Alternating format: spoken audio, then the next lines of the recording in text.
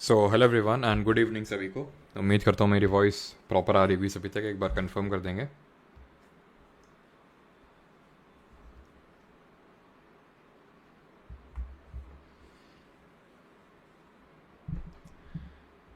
और yes, GD का answer की आ गया। आई थिंक 5:30 बजे आना था आज शाम को। हाँ जी, गुड इवनिंग।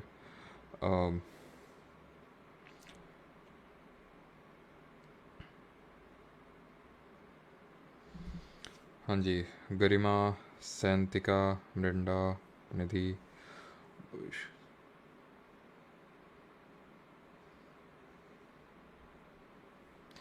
चलिए भाई, गुड इवनिंग सभी को। हाँ जी, तो जीडी के आंसर की आ गई आई थिंक। ठीक है, 5:30 बजे आनी थी, बाकी मैंने चेक तो नहीं किया, देख लेना एक बार।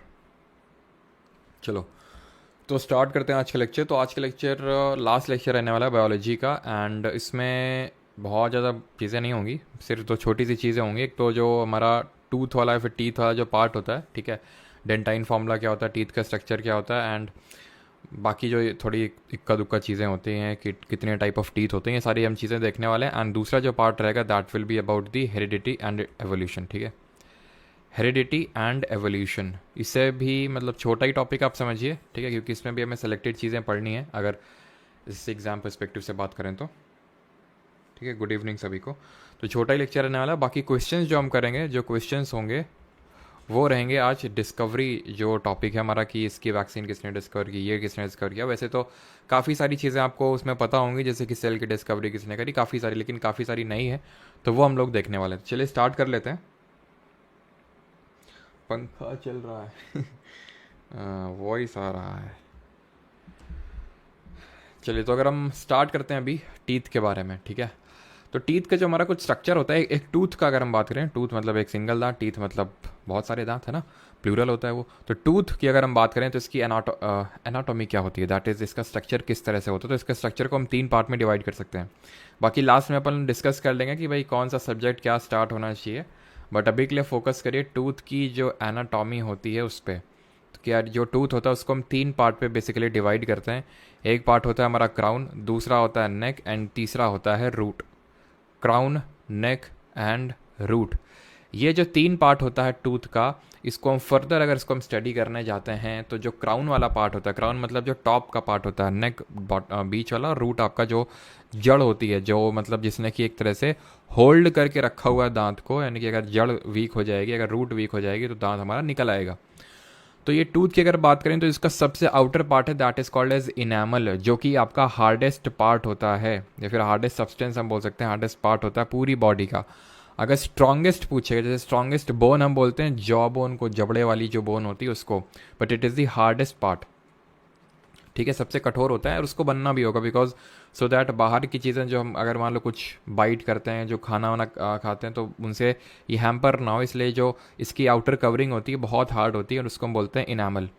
जो बीच का पार्ट होता है that is called as dentine, जो बीच का ये वाला पार्ट देख रहे हैं that is called as dentine. ठीक है, एंड जो अंदर का होता है उसको बोलते हैं पल्प कैविटी। ये पल्प कैविटी आप बोल सकते हो सॉफ्ट होता है, जैसे इनामल बहुत हार्ड होता है तो पल्प जो है उसके कंपैरिजन में काफ़ी सॉफ्ट होता है जो पल्प होता है, और यहीं से हमें एक तरह से, जैसे आप नहीं कि तेज़ झंझनाहट होती है सेंसोडाइन रैपिड रिलीफ, तो जो तेज़ झंझनाहट वगैरह होती है, हमें कुछ भी हमें जो सेंस पता चलता है, फिर दर्द होता है, फिर तेज़ झंझनाहट होती है, तो वो एक्चुअल में पल्प कैविटी ही सिग्नल्स भेजती है। पल्प कैविटी से ही जो आपकी नर्व्स होती हैं वो कनेक्टेड होती हैं, जिससे कि हमें तेज़ झंझनाहट का पता चलता है। कमेंट में अच्छा बताइए, जो गम्स मतलब जो हैं जिनसे अटैच्ड है आपका टीथ, तो ब्लीडिंग गम्स का प्रॉब्लम किस विटामिन की डेफिशिएंसी की वजह से होता है। इसको हम बोलते हैं रूट कैनाल। ठीक है, रूट कैनाल बोलते हैं, ये आपकी बोन होती है, और ये सीमेंट है। सीमेंट क्या है, सीमेंट वो पार्ट है जिसने रूट को ढक रखा है, जो जिसने रूट को कवर कर रखा है, जो रूट की कवरिंग होती है, जैसे कि ऊपर जो कवरिंग है that is called as enamel, जो रूट की कवरिंग होती है उसको हम सीमेंट बोलते हैं। ठीक है, और ये आपके नर्व्स एंड ब्लड वेसल्स हैं, जिससे कि आपका ब्लड सप्लाई होता है एंड सिग्नल्स भी पहुंचते हैं ब्रेन तक कि भाई कुछ दिक्कत वाली बात है दांत में। ठीक है, तो इनेमल हमारा हार्डेस्ट सब्सटेंस होता है, हार्डेस्ट पार्ट होता है, ध्यान रखना। अंदर का पार्ट डेंटाइन होता है, देन पल्प कैविटी आती है, देन आपका रूट होता है। ठीक है, और रूट को आपको पता होना चाहिए कि जो रूट होता है यही आपका अटैच्ड है उसमें पूरा। ठीक है, जो कि सपोर्ट प्रोवाइड करता है। अगर रूट आपका वीक हो जाएगा तो दांत उखड़ आएगा। अब यहाँ पे आते हैं, थोड़ा सा दांतों का स्ट्रक्चर के बारे में पढ़ते हैं कि भाई एक अडल्ट में कितने नंबर ऑफ टीथ होते हैं और कौन कौन से डिफरेंट टाइप्स ऑफ टीथ होते हैं और उनका काम क्या होता है, एंड एक चाइल्ड में किस तरह से आपको टीथ देखने को मिलते हैं और उसमें कौन से टीथ मिसिंग होते हैं, ये सारी चीज़ें भी हम देखने वाले हैं।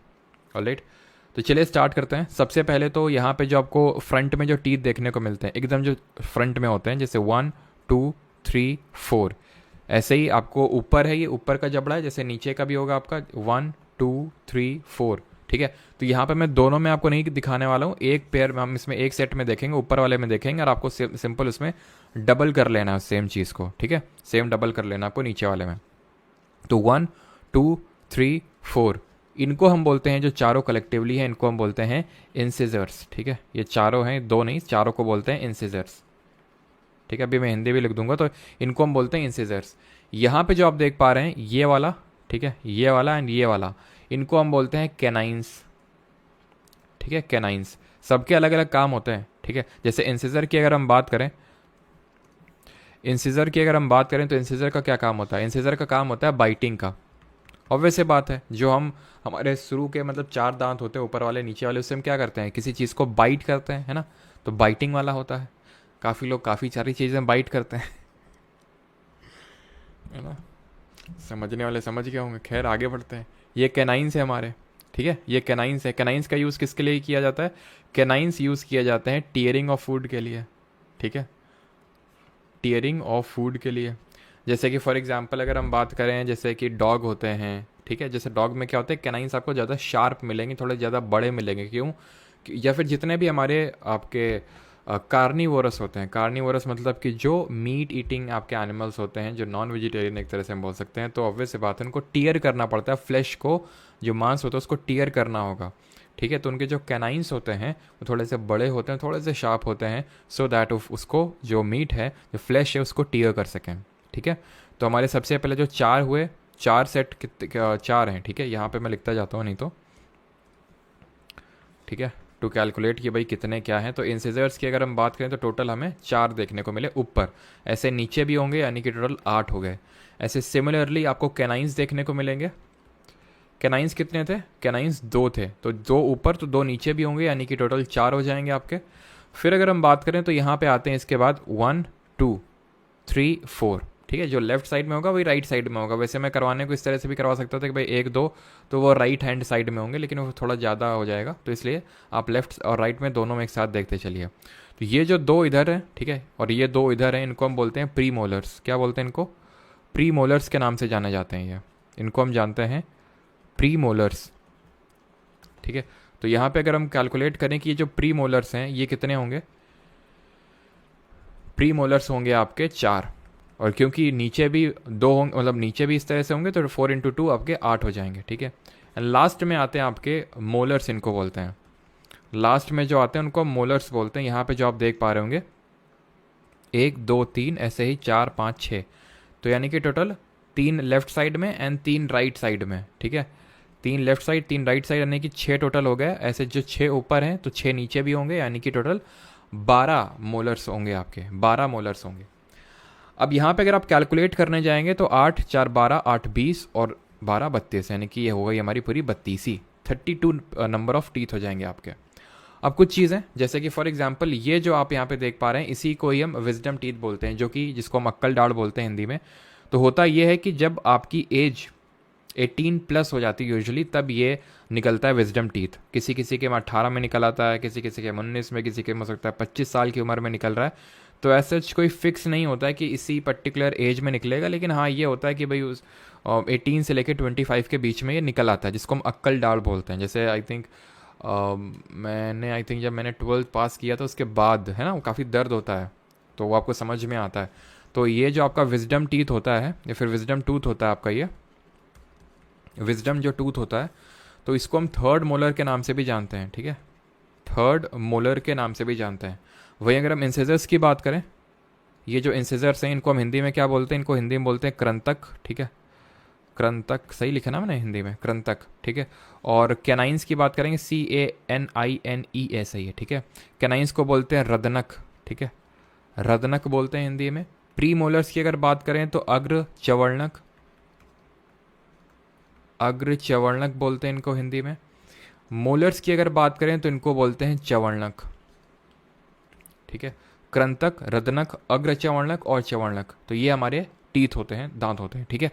तो आई होप यहाँ तक आप समझ गए होंगे। तो यहाँ पे मैंने इंसिजर्स कैनाइंस का आई थिंक आपको बता दिया है ना, ठीक है, बता दिया है। बाकी जो प्री मोलर्स और मोलर्स का जो काम होता है इसका तो मैंने आपको बता दिया है। फूड को ये बाइटिंग में हेल्प करता है, ठीक है।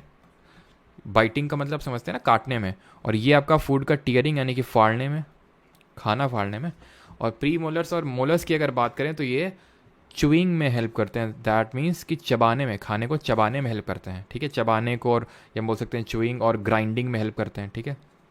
ग्राइंडिंग में बहुत लोग बहुत सारी चीज़ें चबाते हैं, कुछ लोग विमल चबाते हैं ठीक है। तो वो सब प्री मोलर्स और मोलर्स का यूज़ करके ही अपना वो सारा काम करते हैं, ठीक है। बोलो जुबान के जरिए। तो यहाँ तक सभी को सारी चीज़ें क्लियर हैं कि नहीं। और एक चीज़ कि जो आपका इनामल जो हार्डेस्ट पार्ट होता है, ये नहीं लिखा ना, ये ध्यान रखना, ये कैल्शियम फॉस्फेट का बना होता है, ठीक है। कैल्शियम फॉस्फेट का बना होता है, ठीक। क्लियर यहाँ तक सभी को? किसी को कोई डाउट तो नहीं है? फिर हम डेंटेन, जो आपका डेंटाइन फॉर्मूला होता है उसको बनाएं। यूपी पुलिस के लिए जीएस स्ट्रैटेजी और क्लास लाओ प्लीज़ गुरुजी, हिंदी में क्लास लेना गुरुजी, अजय सरोज।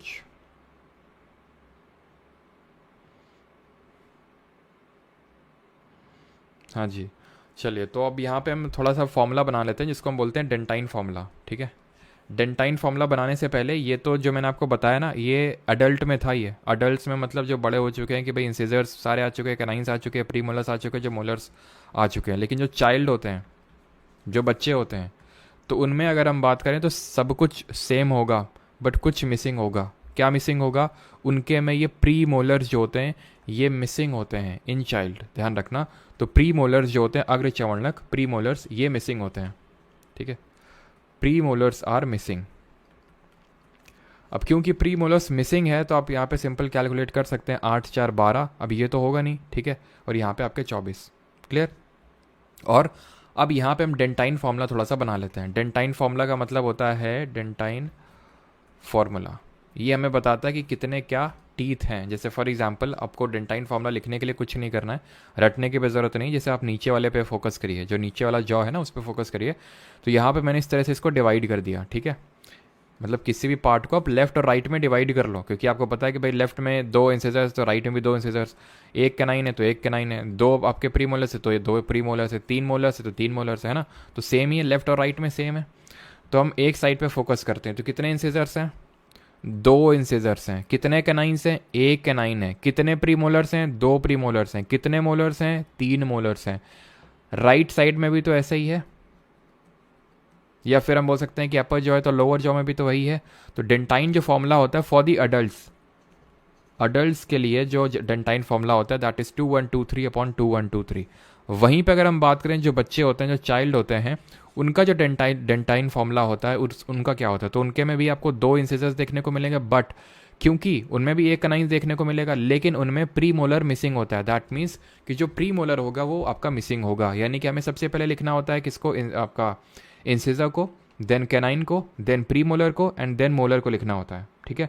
अब क्योंकि जो मोलर, जो प्री मोलर होता है ये बच्चों में मिसिंग होता है, तो यहाँ पे हम उसकी जगह पे 0 लिखेंगे। तो 2 1 और आपके ओके ओके ओके ओके, ठीक है। मोलर्स भी आपके कितने होंगे? अब मोलर्स यहाँ पे ये मत बोलिएगा कि 3 होंगे, क्यों? क्योंकि अक्कल डाल तो अडल्ट होने पे आएगी ना, अडल्ट होने पे आएगी। तो ऑब्वियस सी बात है कि ये भी आपका 2 हो जाएगा, 3 नहीं होगा वो, क्योंकि एक जो थर्ड मोलर है जिसको हम विजडम टीथ बोल रहे हैं वो अभी नहीं आया। तो 2 1 0 2 ये हो जाएगा आपका चाइल्ड में। तो चाइल्ड में टोटल नंबर ऑफ टीथ कितने हो जाएंगे आपके? चाइल्ड में टोटल नंबर ऑफ टीथ, सब सिंपली आपको क्या करना है? इंटू 2 करना है, फिर इंटू 4 में बोल सकता हूँ क्योंकि ये एक साइड का दिखा रहा है ना। मैं यहाँ पे लिख देता हूँ चाइल्ड में कैसा क्या होता है। चाइल्ड में कैसा क्या होता है? तो चाइल्ड में आपके होंगे 8 इंसिजर होंगे, 4 कैनाइन होंगे, प्री मोलर्स 0 होंगे, एंड मोलर्स की अगर हम बात करें तो मोलर्स की अगर हम बात करें तो 4 इंटू 2 4 होंगे ना, 2 इधर 2 इधर, तो 4, और नीचे भी साइड होंगे, यानी कि 8 होंगे आपके। 8 4 12 8 20, टोटल 20 दांत होते हैं बच्चों में। जो मोलर्स होते हैं एक साइड में, जो थर्ड मोलर होता है वो मिसिंग होता है, ठीक है। इसको हम बोल देते हैं फर्स्ट मोलर, इसको हम बोल देते हैं फर्स्ट मोलर, इसको सेकंड मोलर, इसको थर्ड मोलर। जो थर्ड मोलर होता है वही हमारा विजडम टीथ होता है, ठीक है। यहाँ पे हमारी चीज़ें होती हैं ख़त्म, और कुछ इक्का दुक्का और चीज़ें होती हैं, जैसे कि फॉर एग्जांपल आपसे कभी कभी पूछ लेता है ना, हाथी के दांत खाने के कुछ और, दिखाने के कुछ और। तो जो दिखाने वाले होते हैं हाथी के, जो दिखाने वाले दांत होते हैं, जो आप देखते हैं कि भाई दिखाने के मतलब कि अगर मतलब अटैक वगैरह करने के लिए, डराने के लिए, तो हाथी के जो दिखाने वाले दांत होते हैं वो कौन से होते हैं? कौन से मतलब है कि वो इंसिजर होते हैं, वो कैनाइंस होते हैं, वो प्री मोलर्स होते हैं, मोलर्स होते हैं? बताइए। जो हाथी के दिखाने वाले दांत होते हैं, आपने देखे होंगे बड़े बड़े से ऐसे जो बाहर निकले रहते हैं, तो उन वो कौन से, आप उसको क्या बोलोगे? इंसिजर्स, कैनाइंस, प्री मोलर्स या फिर मोलर्स? तो ध्यान रखना, वो आपको भले थोड़ा सा जो टस्क बोलते हैं ना, हाथी की जो टस्क होती है तो उसके साइड में जो लगे होते हैं, तो ये भले आपको कैनाइन शेप में लगेंगे कि भाई इस तरह से थोड़े से शार्पी एजी शेप के हैं, तो आपको कैनाइंस लगेंगे, बट वो कैनाइंस नहीं होते हैं, ध्यान रखिएगा। देखते हैं भाई सभी लोगों ने क्या सही आंसर दिया है, क्या क्या आंसर दिए हैं। 2 1 2 3, हाँ हाँ, इंसिजर्स जिन लोगों ने दिया उनका सही आंसर है, बाकी जिन लोगों ने कैनाइन दिया है वो गलत है।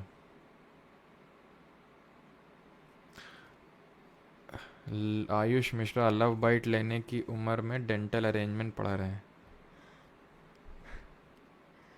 अब जितना जल्दी पढ़ लोगे उतनी जल्दी मिल जाएगी बाइट, और अगर नहीं ढंग से पढ़ोगे तो फिर डेंटल अरेंजमेंट ही पढ़ते रह जाओगे।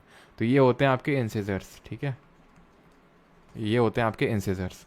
ये तो हो गया आपके हाथी के जो दिखाने वाले दांत होते हैं। कभी कभी पूछता है कि जो बर्ड होती है, जो बर्ड होती है उसकी जो बीक होती है, बीक आप समझते हैं ना, चोंच, ठीक है, तो चोंच होती है वो एक्चुअल में एक बोल सकते हैं कि जो टीथ होते हैं, दांत होते हैं, उसका मॉडिफाइड फॉर्म होता है, ठीक है, मॉडिफाइड फॉर्म ऑफ टीथ। क्या? जो बर्ड की बीक होती है, ठीक है, beak of bird, beak of bird.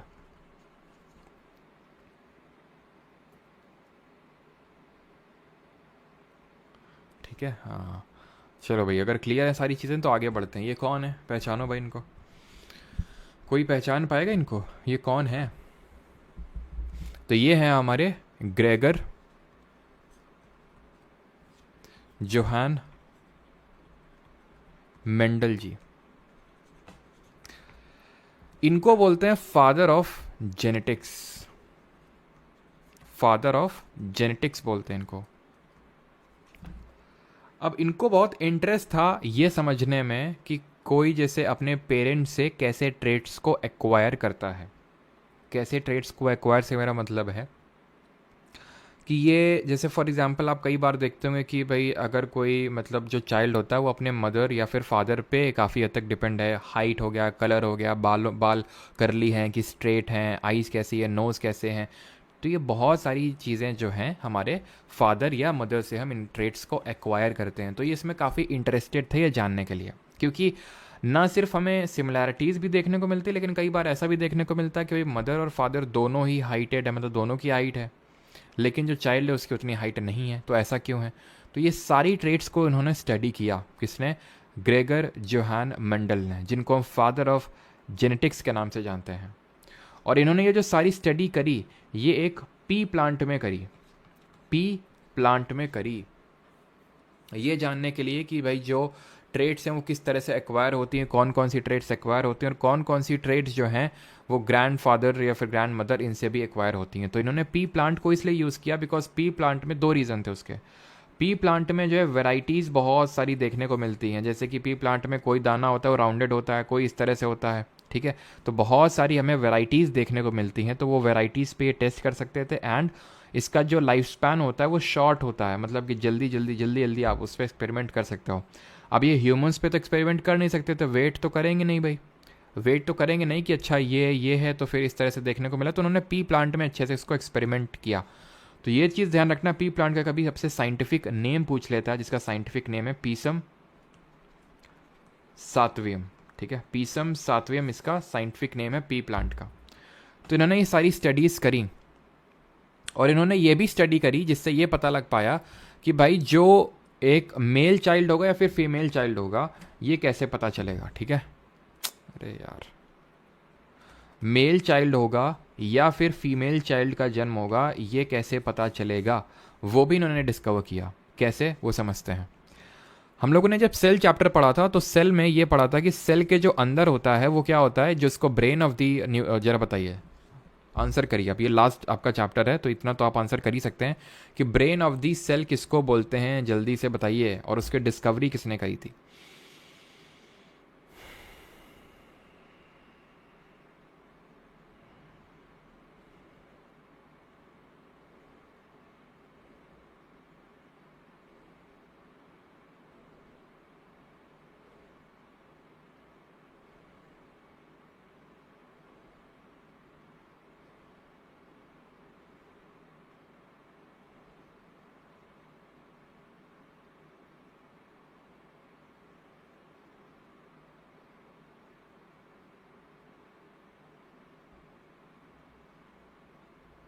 चलिए, तो brain of the nucleus, brain of the cell किसको बोलते हैं, न्यूक्लियस को बोलते हैं, जिसकी डिस्कवरी किसने करी थी, रॉबर्ट ब्राउन ने करी थी।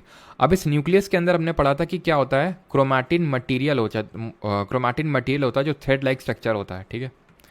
ये जो क्रोमैटिन मटेरियल है, जो थ्रेड लाइक स्ट्रक्चर है, जब सेल डिवीजन होता है तो सेल डिवीजन के टाइम पे ये एंटैंगल हो जाता है थ्रेड लाइक स्ट्रक्चर, और ये बन जाता है आपका क्रोमोसोम्स। ये किसका रूप ले लेते हैं, क्रोमोसोम्स का रूप ले लेते हैं, जो आपके क्रोमैटिन मटेरियल है जब सेल डिवीजन होता है। अब ये जो क्रोमोसोम्स हैं, टोटल कितने पेयर्स होते हैं, तो हमने देखा था टोटल 23 पेयर्स होते हैं, 46 क्रोमोसोम्स होते हैं, तो अगर पेयर्स में अगर हम देखें तो 23 पेयर्स ऑफ क्रोमोसोम्स यहाँ पे निकल के आएंगे। अब ये जो 23 पेयर्स ऑफ क्रोमोसोम है, इनको हम 22 और 1 में डिवाइड कर सकते हैं। ये जो 22 पेयर ऑफ क्रोमोसोम्स होते हैं ऑटोसोमल नेचर के होते हैं। ऑटोसोमल का मतलब ये होता है कि सेक्स में इन्वॉल्व नहीं होते हैं, और एक पेयर होता है आपका सेक्स क्रोमोसोम जो कि सेक्स में इन्वॉल्व होता है। और ये जो सेक्स क्रोमोसोम है ये XX भी हो सकता है एंड XY भी हो सकता है। अगर हम बात करें जो मेल होते हैं, मेल, ठीक है, मेल में ये होता है XY, और जो फीमेल होती हैं उनमें ये pair of x chromosome pair of chromosome होता है XX, ठीक है। अब जब मेल और फीमेल के बीच में जब सेक्स होगा तो क्या होगा, एक क्रोमोसोम दोनों से उठ के आएगा, एक मेल से और एक फीमेल से। अब मुझे बताइए फीमेल से कौन सा क्रोमोसोम आएगा, तो अभी आपको पता चलेगा कि भाई बेटा होगा या बेटी होगी, यानी मेल बच्चा होगा फिर फीमेल बच्चा होगा, ये किससे कैसे डिटरमाइन होता है वो हम यहाँ पे अभी पढ़ रहे हैं, ठीक है। तो फीमेल से अगर हम बात करें तो फीमेल से सिर्फ X क्रोमोसोम ही आ सकता है। मेल से अगर हम बात करें तो मेल से या तो X आ सकता है या तो Y आ सकता है, या तो X या तो Y। अगर X आ गया मान लो तो बधाई हो, बिट्टी हुई है ठीक है, तो ये फीमेल, क्लियर। और यहाँ पे अगर हम दूसरा सिनेरियो कंसिडर करें तो अगेन फीमेल से तो सिर्फ X ही आ सकता है ना, और मान लेते हैं इस केस में मेल से Y आ गया, ठीक है, यानी कि XY बन गया, तो बधाई हो, क्या हुआ है, बउआ हुआ है तो ये आपका मेल होगा, ठीक है। तो male pair of chromosome XY होता है, फीमेल XX होता है। तो क्या आप एक चीज़ को नोटिस कर पाए कि जो सेक्स डिटर्मिनेशन है कि मेल होगा या फिर फीमेल होगा, ये किस पे डिपेंड कर रहा है, वो एक्चुअल में मेल पे डिपेंड कर रहा है, क्योंकि फीमेल तो सिर्फ X क्रोमोसोम ही देगी ना, चाहे कुछ भी हो जाए। X आएगा तो बेटी हो जाए, बेटी हो जाएगी, Y आएगा तो बेटा हो जाएगा, है ना। तो जो लोग बोलते हैं ना, जो लोग अभी भी कई सारे हैं जगह जहाँ पे खासकर गांव वगैरह में, तो कि भाई कोसते हैं कि भाई तुमने मतलब है ना लड़की को जन्म क्यों दिया, तो एक्चुअल में ताऊ जी को बता देना कि ये जो है आपकी वजह से हुआ है। लेकिन खैर वैसे तो जो टैबू है वो नहीं होना चाहिए, है ना, गर्ल और बॉय का। अब है भी नहीं, काफ़ी जगह पे कुछ कुछ जगहों में है नो डाउट, लेकिन अब काफ़ी हद तक ये चीज़ें ख़त्म हो रही हैं, क्योंकि पहले फीमेल्स को उतनी अपॉर्चुनिटीज़ नहीं मिलती थी, लेकिन अभी साथ साथ जब अपॉर्चुनिटीज़ मिल रही हैं तो ऑब्वियस सी बात है उनका भी पोटेंशियल जो है ये समझ में आ रहा है धीरे धीरे बहुत लोगों को कि मेल से कुछ ऐसा कम नहीं है, कई हद तक में ज़्यादा ही है। और यहाँ तक कि फीमेल बोलते हैं ना कि अगर आप एक मेल को पढ़ाओगे तो सिर्फ आप उसी को पढ़ा रहे हो, अगर आप एक फ़ीमेल को पढ़ाओगे तो एक्चुअल में आप दो घरों को पढ़ा रहे हो। कैसे, जैसे फॉर एग्जांपल आप जैसे आप लड़की हैं, ठीक है, कोई लड़की है तो वो अभी मान लो एजुकेटेड है, तो अभी जिस घर में वो जिसका बोल सकते हैं मायका है, ठीक है, तो फिर जहाँ पे शादी होगी जो उसका ससुराल होगा तो वहाँ पे भी तो उसका इफेक्ट देखने को मिलेगा। तो जब आप एक फ़ीमेल को पढ़ाते हो तो एक्चुअल में आप दो घरों को पढ़ा रहे हो और काफ़ी सारी जनरेशन्स को पढ़ा रहे हो। मेल को पढ़ा रहे हो तो वो तो वहीं का वहीं रहेगा ना, ठीक है। तो इस वजह से फीमेल एजुकेशन तो और ज़्यादा इंपॉर्टेंट है कि नहीं। तो जो मेल होगा फीमेल होगा वो किस पे डिटरमाइन हो रहा है, इस पे। अब मुझे पता है कुछ लोगों का हो सकता है इसमें डाउट है कि सर ट्रांसजेंडर जो होते हैं तो वो किस तरह से क्या होता है। तो वो जब there is a chromosomal abnormality जब होती है, जब ये क्रोमोजोम में कुछ अबनॉर्मेलिटी आ जाती है तो उस केस में हमें देखने को मिलते हैं ट्रांसजेंडर्स, ठीक है। Chromosomal abnormality. और एक चीज़ और है, दैट इज़ की एबनॉर्मेलिटी है ना, कि टैबू यार नहीं होना चाहिए इनको भी लेके, ठीक है। जो ट्रांसजेंडर पीपल होते हैं इनको लेके नहीं होना चाहिए। इसलिए देखो किसी चीज़ को भी लेके टैबू होता है ना, अरे ये वो ठीक है, जो मतलब करते हैं, चाहे वो गर्ल्स को लेके हो चाहे ट्रांसजेंडर पीपल को लेके, तो वो टैबू इसलिए नहीं होना चाहिए कि यार उनकी गलती थोड़ी ना उसमें, खुद ही सोचो, ठीक है। अगर मान लो कि किसी ने कोई क्राइम किया, बिल्कुल उसका टैबू होना चाहिए, है ना। कि अगर मान लो कि किसी ने कुछ चोरी की है, डकैती की है, मर्डर किया, तो उनका बिल्कुल टैबू होना चाहिए, ठीक है। जैसे कि अभी ये यूपी में है ना, आपको पता है कि लाइन से 1 बाई 1 ये सब ख़त्म हो रहे हैं, जो माफिया टाइप है।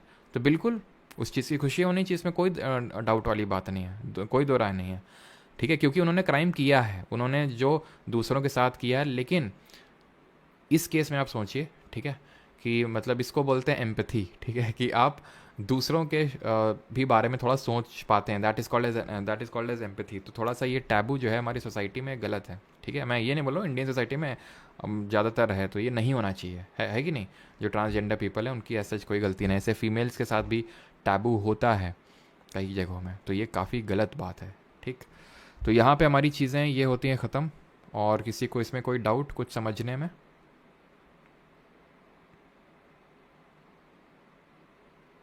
दहेज लेने के लिए लड़के चाहिए, क्या 10 रुपये, मतलब समझा नहीं।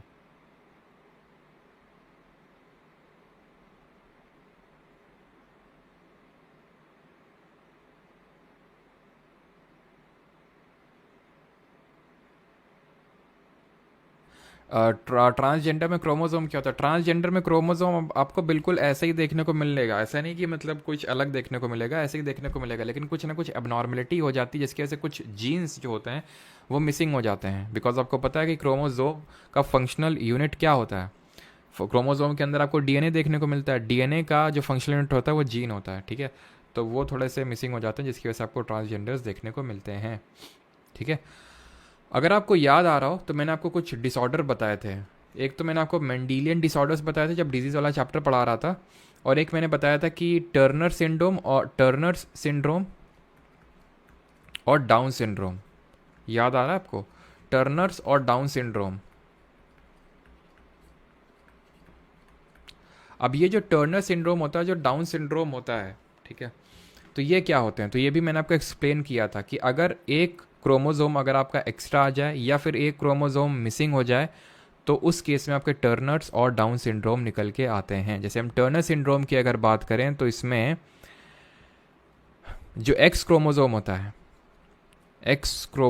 होता है ये एक मिसिंग होता है, ठीक है। तब आपको देखने को मिलता है टर्नर सिंड्रोम, और ये देखने को मिलता है फीमेल्स में, ठीक। और यहाँ पे अगर बात करें,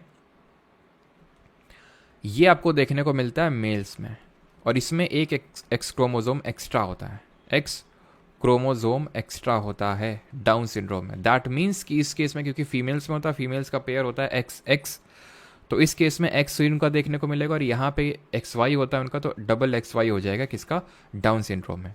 and these both are not Mendelian disorders, ये नहीं होते। मेंडेलियन डिसऑर्डर्स वो होते हैं जैसे थैलेसीमिया, सिकल सेल अनीमिया, ठीक है। तो ये आपका जो आपका वो क्या बोलते हैं उसको, कलर ब्लाइंडनेस, तो ये सारे आपके होते हैं मेंडेलियन डिसऑर्डर जिसमें जीन में कोई डिफेक्ट है।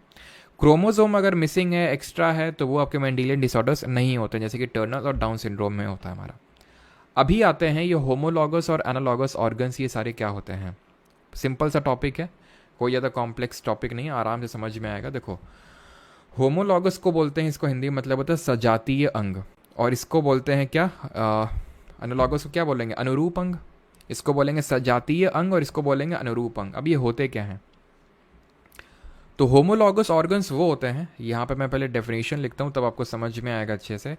होमोलॉगस ऑर्गन्स वो होते हैं विच लुक सिमिलर दिखते सेम है, दिखते सिमिलर है, मतलब सेम तो एकदम सेम तो नहीं होगा, सेम का मतलब है एकदम सेम हो गया, सिमिलर का मतलब है थोड़े बहुत अलाइक दिखते हैं। तो look similar but function different होते हैं, काम इनका अलग अलग होता है, अलग अलग होता है, ठीक है, फंक्शन डिफरेंट होता है। ये होते हैं होमोलॉगस ऑर्गन्स। वहीं अगर बात करें दूसरी ओर एनालॉगस ऑर्गन्स को, एनालॉगस जो होते हैं ये लुक डिफरेंट, उल्टा उल्टा कर दो, ठीक है, look different but function similar, ठीक है, फंक्शन सिमिलर होगा इनका। जैसे अगर हम बात करें जो होमोलॉगस ऑर्गन्स हैं, तो यहाँ पे मैं एग्जांपल कोट कर सकता हूँ, ह्यूमन का जो पंजा होता है, यानी कि हाथ होता है, बोल दो डॉग का जो हाथ होता है, बर्ड का जो हाथ होता है, वेल का जो हाथ होता है, ये सारे अगर आप ध्यान से देखें तो सिमिलर तरह के हमें दिख रहे हैं थोड़ा सा। अगर देखिए हमारा ह्यूमंस का भी तो कुछ ऐसा ही होता है, डॉग का भी कुछ ऐसा होता है, बर्ड का भी कुछ ऐसा होता है, लेकिन इनके फंक्शन डिफरेंट होते हैं, काम। जैसे ह्यूमन का जो पंजा होता है वो डिफरेंट काम के लिए यूज़ होता है ना। किस काम के लिए आप यूज़ करते हैं जरा बताइए अपना पंजा है। तो काफ़ी लोग अपना जो पेन है वो पकड़ने के लिए यूज़ करते होंगे इसको, है ना। हाँ तो और काफ़ी लोग उस मतलब पेन से लिखते होंगे, ठीक है, और बाकी जैसे कि खाना खाते होंगे, बहुत सारे काम होते हैं, ठीक है। लेकिन डॉग क्या करते हैं, डॉग इसे चलते हैं, बर्ड उड़ती हैं, वेल तैरती हैं। तो काम अलग अलग है लेकिन दिख सेम रहे हैं, ठीक है। एनालॉगस ऑर्गन्स की अगर बात करें तो जो अगर ध्यान से देखें आप, तो जो बैट का विंग है जो ये पंख है, और जो बटरफ्लाई का विंग है, ये अलग अलग दिख रहे हैं, सेम तरह से नहीं दिख रहे हैं। ऐसे ही आप चिड़िया के ले लीजिए, ठीक है, चिड़िया के ले लीजिए, तो अगर हम यहाँ पे देखेंगे कि दोनों, अगर हम चिड़िया के अगर ले लें, चिड़िया का भी ले लें, तो अलग अलग दिखेंगे आपको, लेकिन इनका काम तो सेम है ना। बैट चमगादड़ भी उसका यूज़ उड़ने के लिए करता है, बटरफ्लाई भी उड़ने के लिए करती है, बर्ड भी उड़ने के लिए करती है। तो यहाँ पे एनालॉगस में अलग अलग दिखते हैं बट काम सेम होता है, ये चीज़ आपको पता होनी चाहिए, ठीक है। आने जो बिल्कुल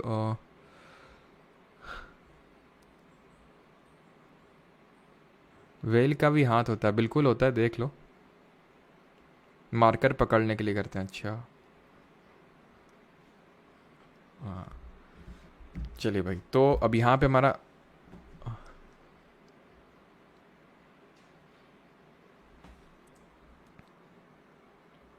मेंडल्स लॉ एक्सप्लेन कर दो, तीनों कौन से तीनों यहाँ पे मैंने बताए हैं। और एक चीज़ और, ये जो आपकी इसमें प्रोजेनीज भी होती हैं different, F1 progeny, F2 progeny, कब टॉल होगा कब शॉर्ट होगा, वो एसएससी में इससे रिलेटेड क्वेश्चन नहीं आते हैं, ठीक है, तो इसलिए यहाँ पे मैंने कवर नहीं किया है। बाकी इसको मैं बैच में अलग से कवर कर दूंगा, क्योंकि काफ़ी सारे स्टूडेंट हैं जो रेलवे वाले हैं, ठीक है, तो मैं बैच में अलग से इस चीज़ को, छोटा सा टॉपिक नहीं होगा तो रिकॉर्ड करके इसमें ऐड या फिर अलग से मैं डाल दूंगा उसमें, ठीक है।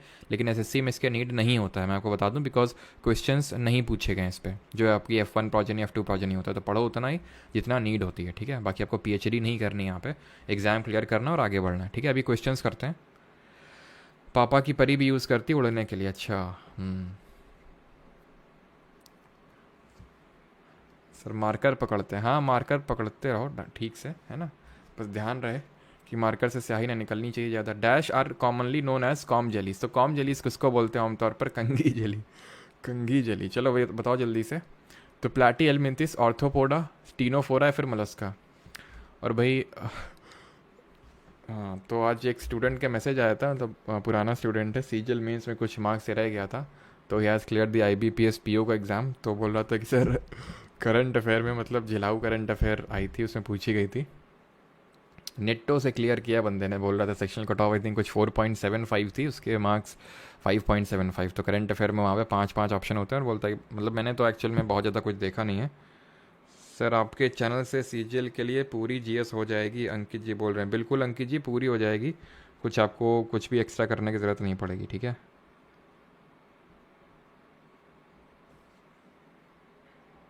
हाँ जी, मतलब उसका सही आंसर नहीं होगा, टीनोफोरा होगा, ठीक है, टीनोफोरा, ऑर्थोपोडा नहीं होगा भैया। नेफल्टर सिंड्रोम, ये सारे सिंड्रोम डिजीज़ वाले हम चैप्टर में देख चुके हैं।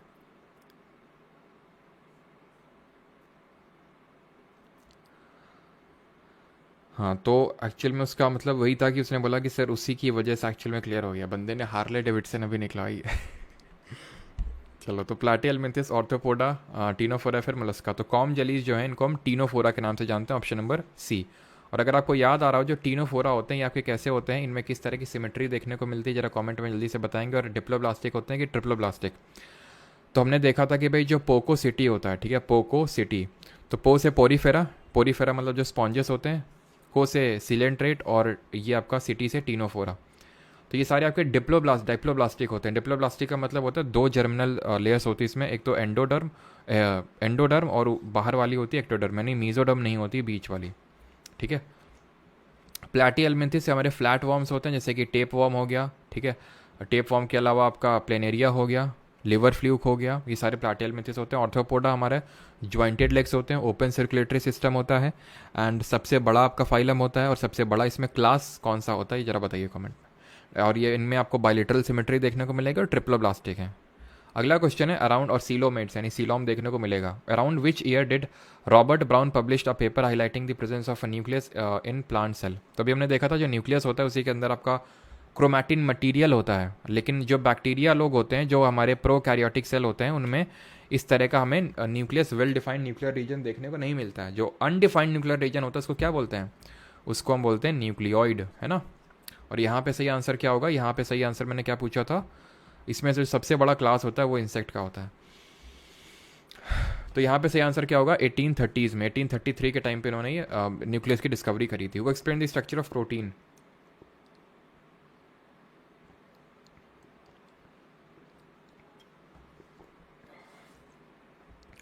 प्रोटीन की संरचना को समझाया किसने था, M L Fischer, Pauling and Corey, Johnson and Christie, या फिर आर एफ रोज। तो प्रोटीन के स्ट्रक्चर को एक्सप्लेन किया था पॉलिंग एंड कोरे ने। ऑप्शन नंबर बी यहाँ पे सही आंसर होगा, ठीक है, पॉलिंग एंड कोरे। इन 1873 हु पब्लिश्ड। और एक चीज़ यहाँ पे आपने नोटिस किया होगा, मैंने 15 से उठाया क्वेश्चंस को, जो शुरू के जो 14 क्वेश्चंस है वो साइंटिफिक नेम्स पे बेस्ड क्वेश्चंस है। क्विज आपकी लगी जाती है उस पर एप्लीकेशन पे, तो वहाँ पे आप अटेम्प्ट कर लीजिएगा उसको, क्योंकि उसमें ऐसा एक्सप्लेन करने का कुछ नहीं है, बस उसको एक बार अटेम्प्ट कर लीजिएगा, ठीक है। 1873 में who published the first photograph of nerve tissue stained with the black reaction technique, describing a whole nerve cell को पूरा डिस्कवर किया था। ब्लॉबेल, गोल्गी, हार्वे, या फिर पॉल क्या नाम है ये, पॉल एरलिच। विलियम हार्वे की अगर बात करें तो इन्होंने ब्लड सर्कुलेशन यानी कि जो परिसंचरण तंत्र है उसके बारे में बताया था, ब्लड सर्कुलेशन के बारे में बताया था। कैमेलियो गोल्गी इसका सही आंसर होंगे, ऑप्शन नंबर बी, जिन्होंने नर्व सेल के बारे में बताया था। तो जो नर्व सेल अगर आपको याद आ रहा हो, जिसको हम न्यूरॉन के नाम से जानते हैं, न्यूरॉन में हमने पढ़ा था ना न्यूरॉन का स्ट्रक्चर होता है, तो ये डेंड्राइट होता है, देन आपका ये सेल बॉडी होता है जिसको साइटॉन बोलते हैं, देन ये आपका होता है न्यूक्लियस, देन ये एक्सन होता है, देन ये आपकी होती है नर्व एंडिंग्स, ठीक है। और एक न्यूरॉन और दूसरे न्यूरॉन के बीच का जो गैप होता है उसको हम किस नाम से जानते हैं। Which bacteria was discovered by Barry Marshall and Robin Warren that colonizes the human stomach and causes the chronic superficial gastric ulcers। Sir थोड़ा कानपुर की एक्सेंट में बात कीजिए। अच्छा, क्यों भाई, क्यों करें? हाँ जी, तो यहाँ पे गोल्गी अपरेटस की भी बिल्कुल इन्होंने डिस्कवरी करी थी। गोल्गी अपरेटस हमारा किस लिए जाना जाता है, गोल्गी अपरेटस को हम किस नाम से जानते हैं, पोस्ट ऑफिस ऑफ सेल के नाम से जानते हैं, बिकॉज वो पैकेजिंग और डिस्पैचिंग का काम देखता है गोल्गी अपरेटस। तो कौन सा बैक्टीरिया होता है जो पेप्टिक अल्सर्स के लिए रिस्पॉन्सिबल होता है, तो ये होता है हमारा हेलिकोबैक्टर पाइलेरी, ऑप्शन नंबर बी यहाँ पे सही आंसर होगा, ठीक है। गोनोरहोया जो ये होता है, निसीरिया गोनोरहोया, ये जो गोनोरहोया करके जो बैक्टीरियल डिजीज होती है उसके लिए रिस्पॉन्सिबल होता है, जो हमने देखा था सेक्सुअल ट्रांसमिट भी होती है ना कि सेक्सुअल इंटरकोर्स के टाइम पे भी ये मतलब ट्रांसमिट होती है, जिस तरह एड्स होती है हमारी, है ना, साइफिलिस होती है। Who coined the term cell in the year 1600s from the Latin word cellula meaning small room. तो हमने देखा था ये रॉबर्ट हुक ने डिस्कवर करी थी 1664 में, जब इन्होंने एक हनी कॉम के जिस तरह से स्ट्रक्चर बना होता है, हनी कॉम का जो स्ट्रक्चर होता है इस तरह से, तो उसी शेप में इन्होंने देखा था कि सेल है। और किस में डिस्कवरी करी थी, एक जो कॉर्क था, है ना, कॉर्क था, उसमें उन्होंने डिस्कवर करी थी कॉर्क सेल, जो कि एक डेड सेल थी। तो ऑप्शन नंबर बी यहाँ पे सही आंसर होगी। देन लिविंग सेल की डिस्कवरी किसने करी थी, कब करी थी, कहाँ करी थी, जरा कॉमेंट में आप बताएंगे। Which cytologist demonstrated the role of the endoplasmic reticulum in protein processing and sorting in a variety of cells in the 1960s? तो endoplasmic reticulum, role of endoplasmic in protein, ठीक है। तो मैं पता है एंडोप्लाज्मिक रेटिकुलम का main काम क्या होता है, मेन काम इसका होता है ट्रांसपोर्ट का।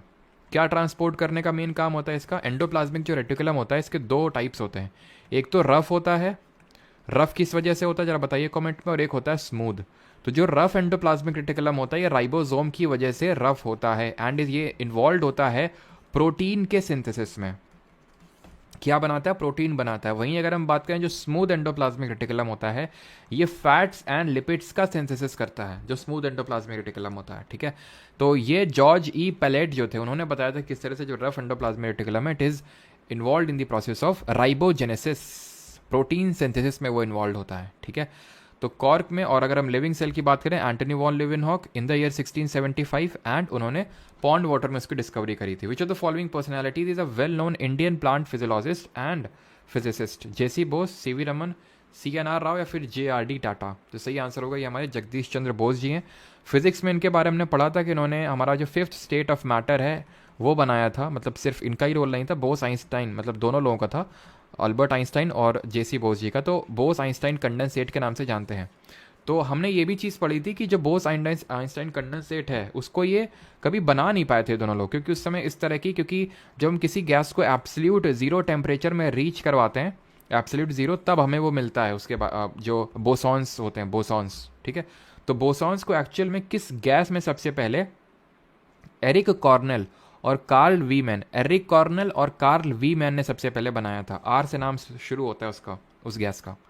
In which year did Rudolf Ludwig Carl Virchow formulate his famous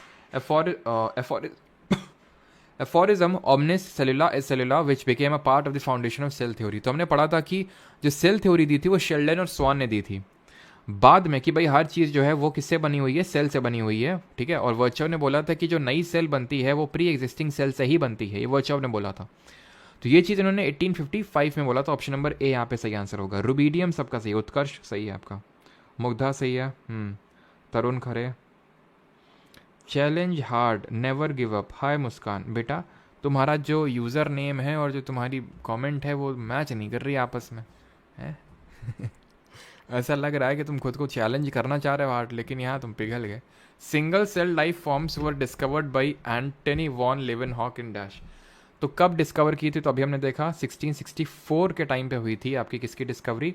ये हुई थी डेड सेल की, रॉबर्ट हुक ने। 1674-75 के टाइम पे एंटनी वॉन लिवेनहॉक ने पॉन्ड वाटर में जो है इसकी डिस्कवरी करी थी लिविंग सेल की।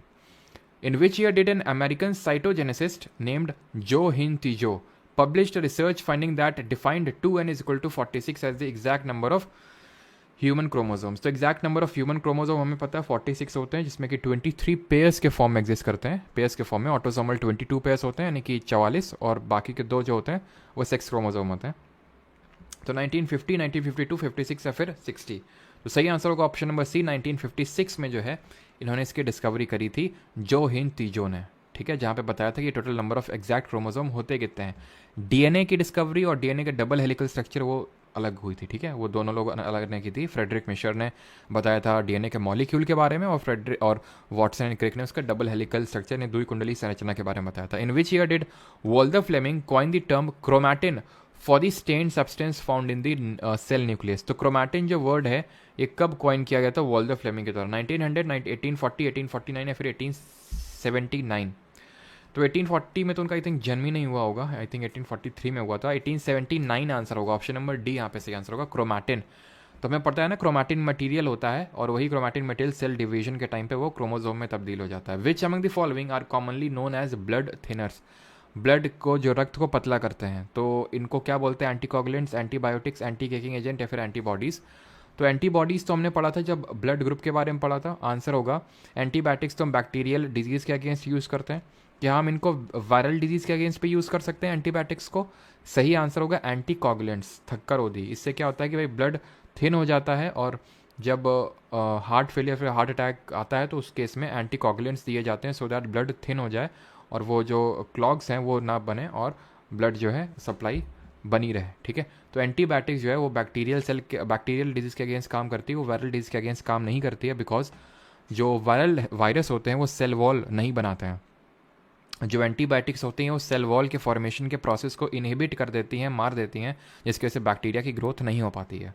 बट वायरस तो सेल वॉल बनाते ही नहीं है। Which of the following was the first B vitamin discovered in the 1897? तो कल हम लोगों ने माइक्रो न्यूट्रिएंट्स के बारे में पढ़ा था, तो वहाँ पे ये चीज़ हमने देखी थी कि जो बी विटामिन होता है, कोई भी विटामिन है, वो ए हो, बी हो, सी हो, डी हो, वो किस ऑर्डर में, मतलब जिस ऑर्डर में वो डिस्कवर हुई है उसी ऑर्डर में उनको अल्फ़ाबेटिकल हम नाम रखते गए। तो बी विटामिन में जरा बताइए टोटल कितने कॉम्प्लेक्सेस होते हैं? तो हमारे कितने कॉम्प्लेक्स होते हैं? 12 नहीं 8 होते हैं, ठीक है। B1 से लेके B12 तक होते हैं, बट बीच में मिसिंग होते हैं। तो सबसे पहले ऑब्वियस ही बात है B1 की डिस्कवरी हुई होगी। Thiamine, riboflavin, niacin, pantothenic acid, pyridoxine, biotin, folic acid, और इसी को हम विटामिन B11 के नाम से जानते हैं। इसको हम विटामिन H के नाम से भी जानते हैं, ठीक है। और B12 का होता है साइनोकोबालामिन। तो क्या आंसर होगा? थायमीन होगा, ऑप्शन नंबर डी। सबसे पहला सीजीएल टीयर 2 में ये क्वेश्चन पूछा गया। अगला है who explain the structure and reproductive system of algae in 1935 में किसने एल्गे के रिप्रोडक्टिव स्ट्रक्चर को एक्सप्लेन किया? तो अच्छा, आप कमेंट में ये बताइए, जो एल्गे होता है, जैसे कि हमारा एक ग्रीन एल्गे होता है स्पाइरोगैरा, ठीक है, स्पाइरोगैरा, इसमें कौन सा mode of A sexual reproduction होता है? अयंगर, फ्रिट्ज, हेनरी या फिर लाइनस? तो सही आंसर इसका फ्रिट्ज। फ्रिट्ज ने जो है रिप्रोडक्टिव सिस्टम ऑफ एल्गे के बारे में बताया था। तो जो हमारा जो स्पाइरोगैरा होता है, जो एक तरह का ग्रीन एल्गे होता है, इसमें हमने देखा था फ्रैगमेंटेशन होता है, फ्रैगमेंटेशन होता है इसमें। और renowned scientist observe that the presence of green, total 40 questions करेंगे, मैं आपको बता दूं, ठीक है। तो 30 सेकंड में आ चुके हैं, 8 क्वेश्चन सिर्फ और करने। तो एक प्रसिद्ध वैज्ञानिक ने देखा कि हरे फफूंद की उपस्थिति बैक्टीरिया के विकास को रोकती है। हरे फफूंद की उपस्थिति, वैज्ञानिक कौन है और इस अवलोकन से कौन सी खोज जुड़ी हुई है? एमटीएस के लिए कुछ करवा दो, बिल्कुल करवाएंगे। फ्रैगमेंटेशन सबका सही है। तो ये एक्चुअल में डिस्कवर किया था एडवर्ड जेनर ने, नहीं, अलेक्जेंडर फ्लेमिंग ने। एडवर्ड जेनर तो हमने देखा था कि जो स्मॉल पॉक्स की जो वैक्सीन है वो इन्होंने डिस्कवर करी थी, एडवर्ड जेनर ने। और हमने ये पढ़ा था कि जो पेनिसिलिन है ये सबसे पहली एंटीबायोटिक बनी थी, जिसको अलेक्जेंडर फ्लेमिंग ने डिस्कवर किया था। और ये भी मैंने आपको बताया था, ये एक तरह का फफूंद है, एक तरह का फंगस है। मैंने बताया था ना, फंगस को हम यूज़ करते हैं, जैसे कि जो मशरूम होता है उसको हम खाते हैं, it is a kind of fungus. जो पेनिसिलिन है उसको हम उससे एंटीबायोटिक्स बनाते हैं। क्यों? क्योंकि ये चीज़ अलेक्जेंडर फ्लेमिंग ने डिस्कवर करी कि किस तरह से जो फंगस है जब बनता है तो ये ग्रोथ ऑफ बैक्टीरिया को रोक देता है, बिकॉज ये सेल वॉल को नहीं बनने देता है। तो वही तो होता है हमारा एंटीबायोटिक्स, सबसे पहली antibiotic. Which ecologist research provided revolutionary new insights into how energy and nutrients move through the ecosystem? Tansley, एकल, हैकल, एल्टन और या फिर लिंडमैन। तो ये हम लोग इकोसिस्टम जब एनवायरनमेंट एंड इकोलॉजी पढ़ेंगे तो वहाँ पे इस चीज़ को देखेंगे कि इस चीज़ को बताया था किसने, ठीक है, थ्रू द इकोसिस्टम यानी इकोलॉजिकल पिरामिड के बारे में पूछ रहा है। तो ऑप्शन नंबर सी यहाँ पे सी आंसर होगा। चार्ल्स एल्टन ने बताया था। इन्होंने इकोसिस्टम टर्म दिया था, इन्होंने इकोलॉजी टर्म दिया था, और इन्होंने इकोलॉजिकल पिरामिड के बारे में बताया था। वो सारी चीज़ें हम एनवायरनमेंट एंड इकोसिस्टम में पढ़ेंगे। Who shared the Nobel Prize in Physiology or Medicine 2005 with the George Barry J. Marshall for the discovery of the Helicobacter pylori bacterium? तो हेलिकोबैक्टर पाइलोरी क्या होता है? अभी हमने देखा था जो पेप्टिक अल्सर्स के लिए रिस्पॉन्सिबल होता है। एक्ने के लिए कौन सा रिस्पॉन्सिबल होता है? एक्ने के लिए कौन सा हमारा बैक्टीरिया रिस्पॉन्सिबल होता है? तो कौन थे ये थे हमारे रॉबर्ट वॉरेन। तो रॉबर्ट वॉरेन और मार्शल, वॉरेन और मार्शल को जो है दोनों को नोबेल प्राइज मिला था for discovering this bacteria which is responsible for peptic ulcers, जो छाले हो जाते हैं पेट के अंदर, है ना, स्मॉल इंटेस्टाइन में। एक्ने के लिए होता है आपका स्टेफिलोकोकस बैक्टीरिया, स्टेफिलोकोकस बैक्टीरिया, ठीक है, कोकस bacteria. 35th question in 1857, who was the first to experimentally demonstrate that the yeast responsible for making alcohol from sugar and contaminating microorganism found in normal air cold sour fermentation? Alexander Fleming, Louis Pasteur, फैनी हेस या फिर Martinez William बेजरनिक? किसने बताया था इस तरह से सारी चीज़ें होती हैं? तो ये लुइस पास्चर जी ने बताया था। ऑप्शन नंबर बी यहाँ पे सही आंसर होगा, पास्चराइजेशन, ठीक है। अगला है हमारा question and that is with whom did Camillo Golgi receive the Nobel Prize in 1906 for his work on the structure of the nervous system? 1906 में इसमें एक और ऐड कर लीजिए तो 1907 हो जाएगा। हिस्टोरिकली ये ईयर किस लिए इंपॉर्टेंट है जरा बताइए। 1907 है ये हिस्टोरिकली किस वजह से इंपॉर्टेंट है?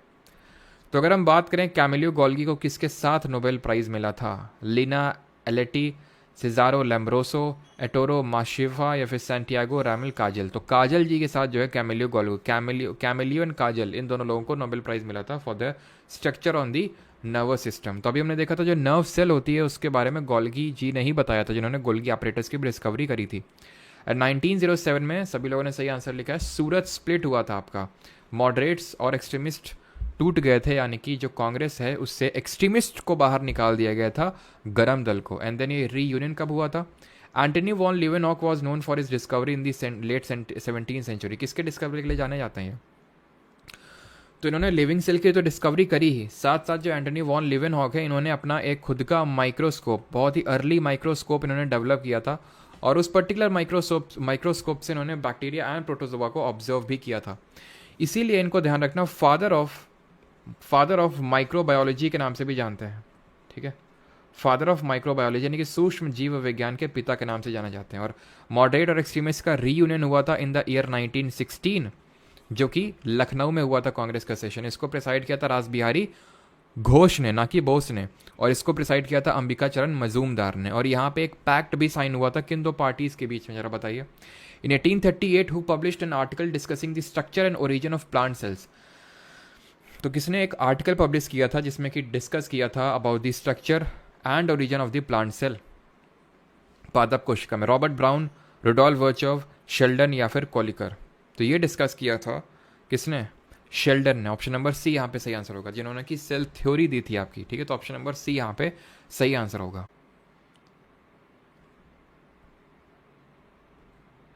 एक बार कंफर्म करिए कि सारी चीजें प्रॉपर हैं कि नहीं।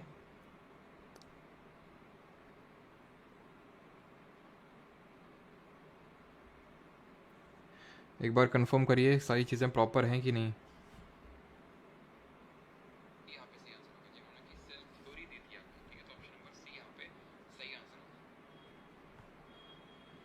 अभी प्रॉपर है? एक बार कंफर्म करिए कि सारी चीज़ें प्रॉपर हैं कि नहीं। ठीक है, अभी वॉइस आ रही है ना? ठीक है। कौन से क्वेश्चन में मतलब गया था ये आपका? कौन से क्वेश्चन से बफरिंग हुआ था? 36 से बफरिंग हुआ है, ओके ठीक है।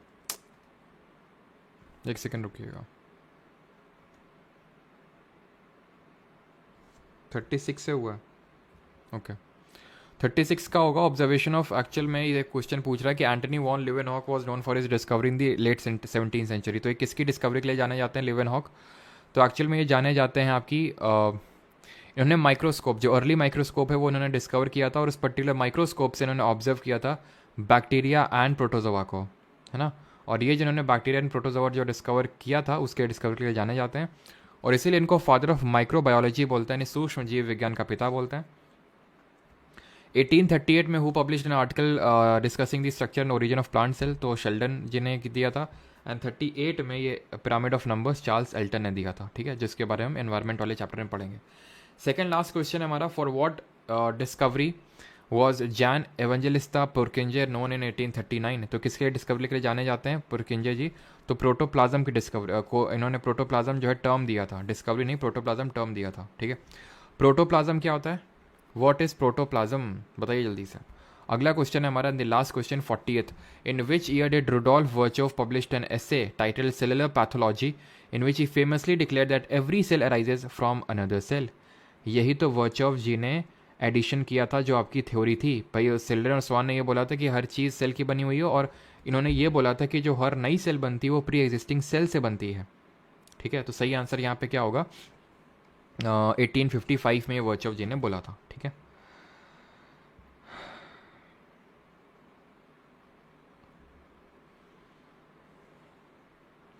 तो अब जितने भी आगे क्वेश्चंस हैं आपके यहाँ से लेके 54 तक, ये आप करेंगे, ठीक है, ये आपका होमवर्क है।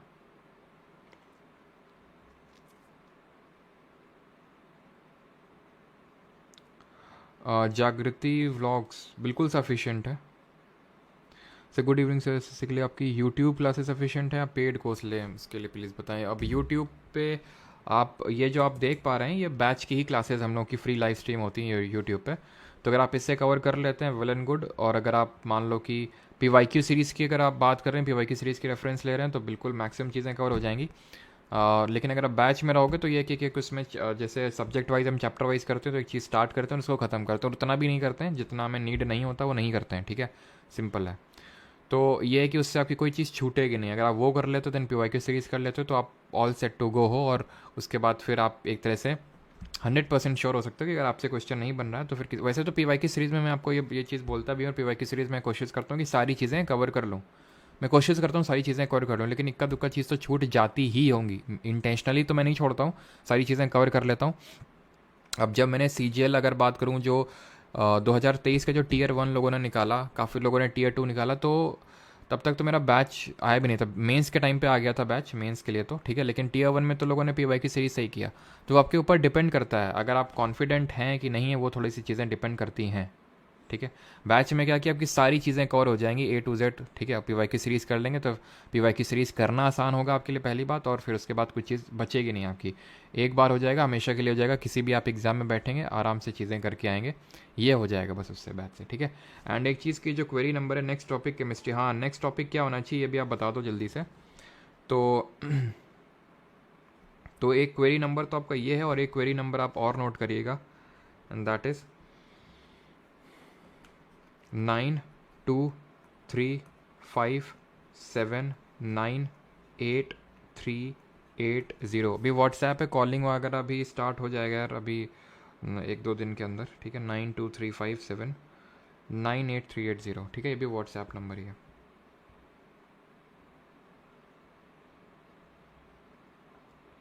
केमिस्ट्री स्टार्ट करें, स्टैटिक जीके। ओके, हाँ, दो ही हमारे टॉपिक्स बचे हैं, एक तो केमिस्ट्री बचा है और एक स्टैटिक जीके बचा है, दो ही हमारे बचे हैं, है ना।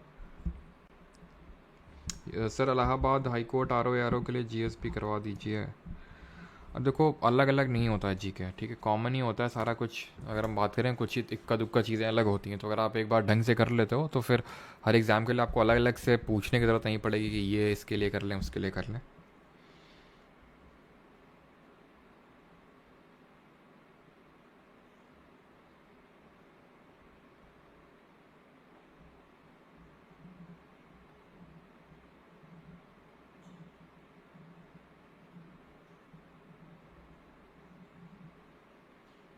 अच्छा अच्छा, सॉरी सॉरी, यहाँ पे मैंने एक सेकेंड एक सेकेंड एक सेकेंड एक सेकेंड एक सेकेंड एक second.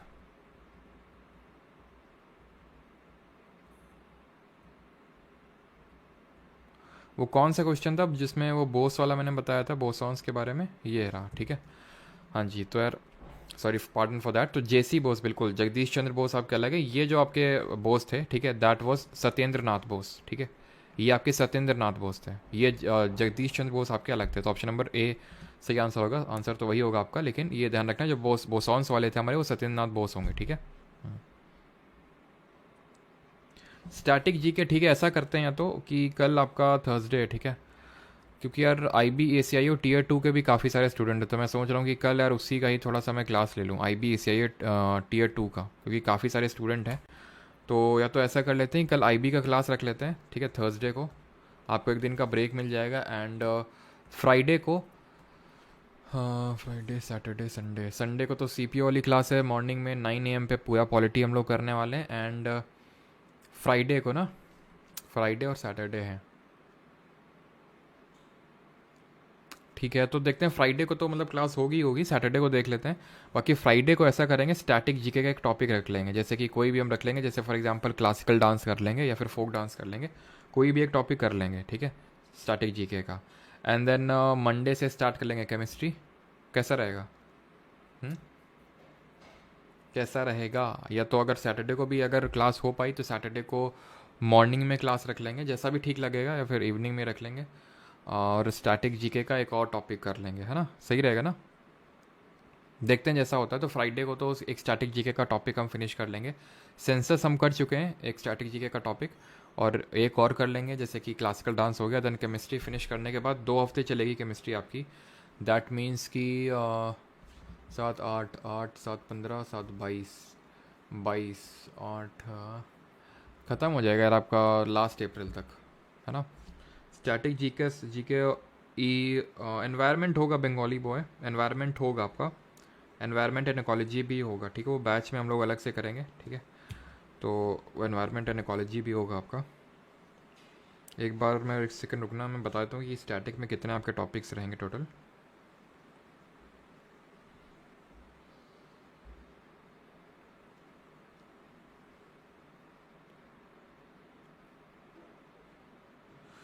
Total I think 12-13 topic रहेंगे आपके स्टैटिक में, एक, ठीक है, 12-13 टॉपिक रहेंगे।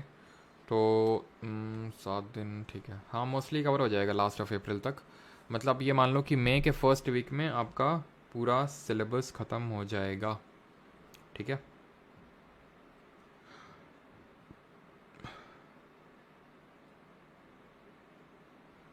सर महारत्न भी करवा दीजिए, मतलब महारत्न करवा दीजिए, समझा नहीं।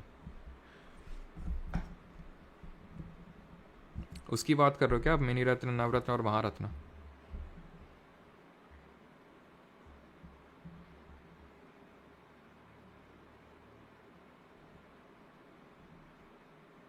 यूपीएससी, ईपीएफओ, पीए, जीके का स्ट्रैटेजी बताइए सर। स्ट्रैटेजी यार, तुम लोग बड़ा फोकस करते हो स्ट्रैटेजी पे। स्ट्रैटेजी कुछ नहीं होता है, बस पढ़ो जीके ढंग से एक बार, ठीक है। फिर अभी मतलब बता तो रहा हूँ यार, मतलब स्टूडेंट ने जाने क्या क्या कौन कौन से एग्ज़ाम निकाले हैं बीच में। मैं तो काफ़ी सारे डालता भी नहीं हूँ, जैसे अब स्टूडेंट का एक आईबीपीएस वाले का ही आज मैसेज आया, ठीक है, उसका क्लियर हो गया। तो काफ़ी सारे स्टूडेंट हैं जो एक बार जीके पढ़ लिए, आराम से सारा एग्ज़ाम दे रहे हैं, ठीक है। कंप्यूटर होगा ना? ना नहीं होगा कंप्यूटर सुभजीत, कंप्यूटर नहीं है, ठीक है। मैं मतलब प्रॉमिस मैंने आपको पहले ही बोला था, कंप्यूटर का मैं प्रॉमिस नहीं कर रहा हूँ, ठीक है। कंप्यूटर नहीं है इसमें। घराना करा दीजिए, बिल्कुल होगा, नमो बुद्धाया, ठीक है, बिल्कुल होगा। घराने भी होंगे, घराने भी होंगे, स्ट्रैटेजी के हम पढ़ेंगे।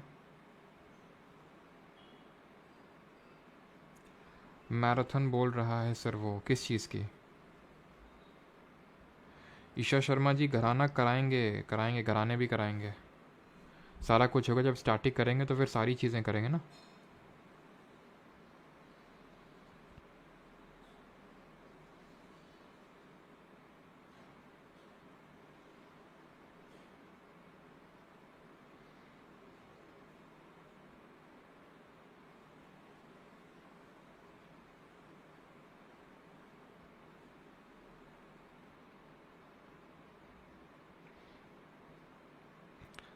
नहीं भाई, गूगल में 2120 दिखा रहा है अभिषेक सर जी, अभिषेक सर। प्री मोलर्स नहीं होते हैं बच्चों में, मोलर तो होते हैं, मोलर जो एकदम आखिरी वाले होते हैं वो होते हैं, ठीक है। मोलर, प्री मोलर मिसिंग होते हैं, तो वो गलत होगा फिर।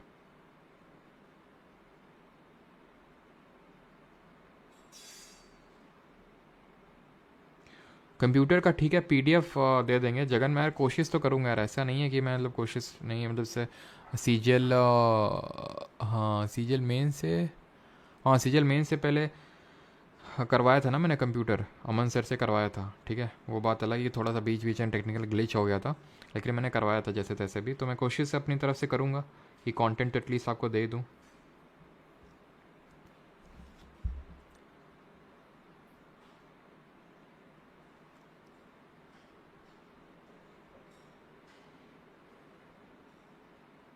वैम्पायर टीथ, वैम्पायर ये जो कैनाइंस होते हैं भाई, वो वैम्पायर कहलाते हैं। वो जो नुकीले से साइड में जो कैनाइंस होते हैं ना, उनको वैम्पायर बोलते हैं, ठीक है।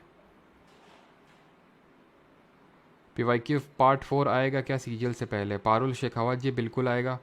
पीवाईक्यू सीरीज़ पार्ट 4 आपकी आएगी, ठीक है। सीजीएल से वो बिल्कुल टारगेट करेगी आपकी सीजीएल को, ठीक है। और वो सबसे इंपॉर्टेंट होगी आपकी पीवाईक्यू सीरीज़ पार्ट 4। लेकिन वो अभी नहीं आएगी, वो एटलीस्ट 15 मई के बाद ही आएगी वो।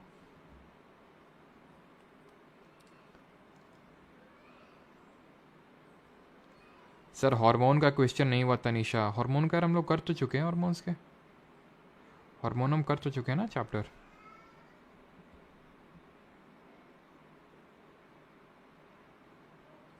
रेलवे के लिए बैच काफ़ी होगा ना? बिल्कुल होगा सुजय शाह जी, बिल्कुल काफ़ी है। ऐप में अपडेट कैसे करें? क्या अपडेट करना है? या फिर ऐप को अपडेट? मेडिवल हिस्ट्री हो गई बिल्कुल, मैथ्स मास्टर सब कुछ हो गया, सिर्फ केमिस्ट्री और स्ट्रैटेजी के को छोड़ के।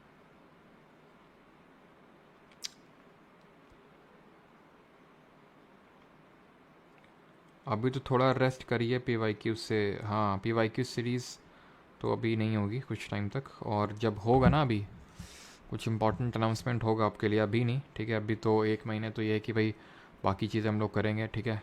मतलब बैच कंप्लीट करेंगे एक तो, एंड सीपीयू के लिए वो वन शॉट लेक्चर्स करेंगे मेनली, सीपीयू के लिए जो फोकस रहेंगे, एंड इसके बाद जो हम लोग टारगेट करेंगे सीजीएल के लिए।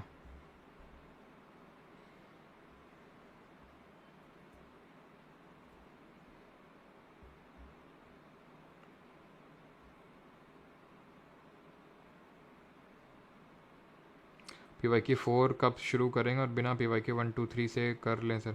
बिल्कुल ऐसा कोई मतलब डायरेक्ट कोरिलेशन नहीं है कि आप पीवाईक्यू सीरीज़ पार्ट 1 2 3 नहीं करोगे तो आपको फोर्थ वाला समझ नहीं आएगा, ठीक है। कोई ऐसा लिंकेज नहीं है, कोई भी आपको एक करना है। एंड अगर आप सीजीएल के स्टूडेंट हो तो देन पार्ट 4 आप करोगे, ठीक है। अभी आप बैच को कंप्लीट करो, अच्छे से रिवीजन करो उसको। अगर आप बैच के स्टूडेंट हो देन आप पार्ट 4 को करेंगे। सर कोलकाता आओ कभी, क्यों नहीं, बिल्कुल तुम्हें कानपुर बुलाएंगे सीधे, चिंता मत करो।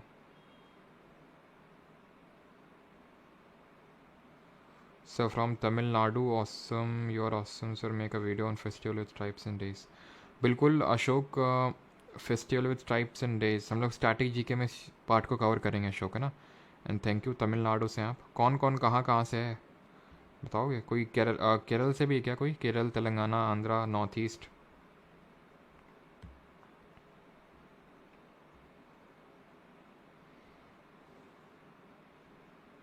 थ्री पॉइंट ओ भी आएगा क्या सर? किस चीज़ का? अच्छा बैच, बता नहीं सकता यार, का बहुत कम चांसेस हैं बैच का, तो मैं आपको बता दूं काफ़ी कम चांसेस हैं कि अब कोई नया बैच आएगा, ठीक है। क्योंकि वही बैच बैच नहीं खेलना है हमने, हमने सिलेक्शन लेना है हमने, ठीक है। तो अब जो नीड होगी, अगर कोई चेंज वगैरह होता है तो वैसे तो मुझे नहीं लगता है सच कुछ होगा, ठीक है। तो बहुत ही रेयर चांसेस है, मैं ये नहीं बोल रहा हूँ कि 0% है, बट रेयर चांसेस है कि कोई नया बैच आएगा। वेस्ट बंगाल से काफ़ी लोग हैं देखो, वेस्ट बंगाल, छत्तीसगढ़, दार्जिलिंग, उड़ीसा, कोलकाता, हाँ गया, बालाघाट, एमपी, महाराष्ट्र।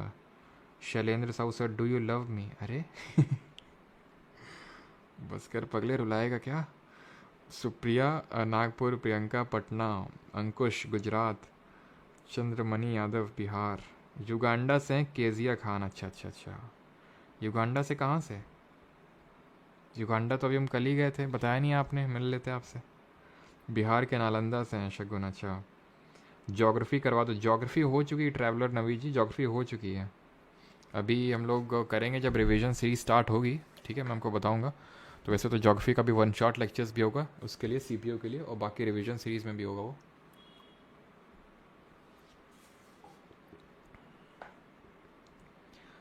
छत्तीसगढ़, कर्नाटक, हरियाणा, झारखंड, पंजाब, रांची, मतलब पूरी डाइवर्सिटी। अंडमान से हैं शैलेंद्र साहू, अच्छा।